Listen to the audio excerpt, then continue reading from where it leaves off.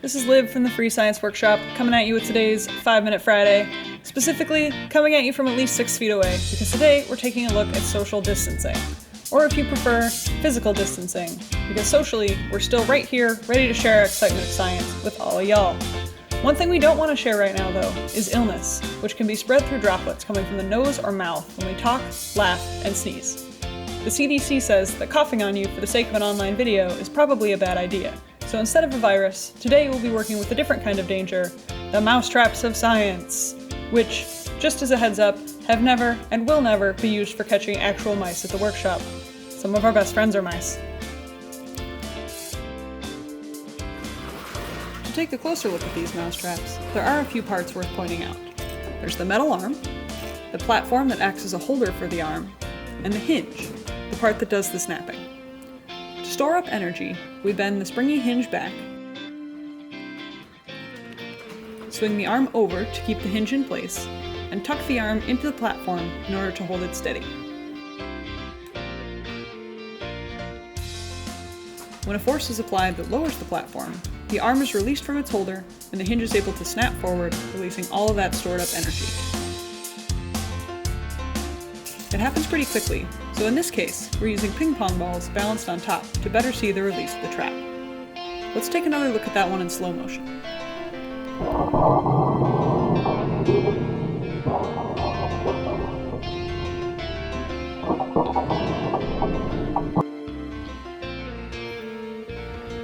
Suppose all these mousetraps are going through a regular day at school, sitting at their desks, walking the hallways, and generally being pretty chill. Watch what happens when we introduce a virus in the form of a loose ping pong ball.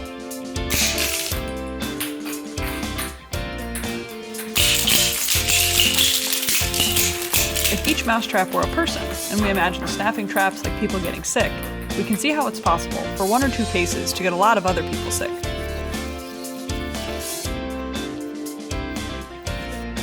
Luckily, the first case only spread to a small number of people, but our second case set off almost the whole classroom.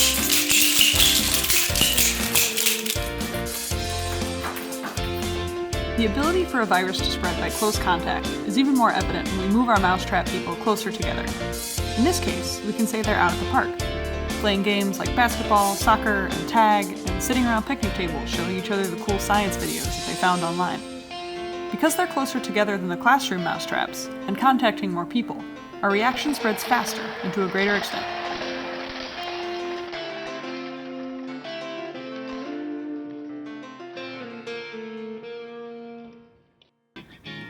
Let's take a look at what happens when we introduce a little social distance between our mousetrap people.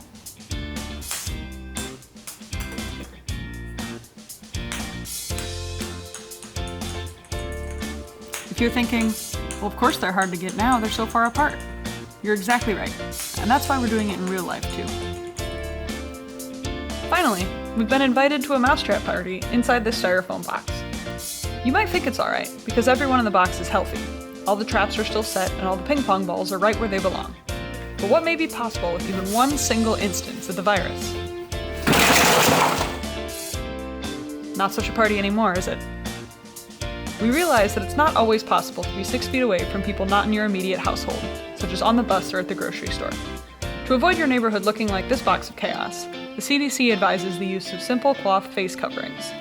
Cloth face coverings fashioned from household items or made at home from common materials at low cost can be used as an additional voluntary public health measure, and are a great way to exercise those invention skills.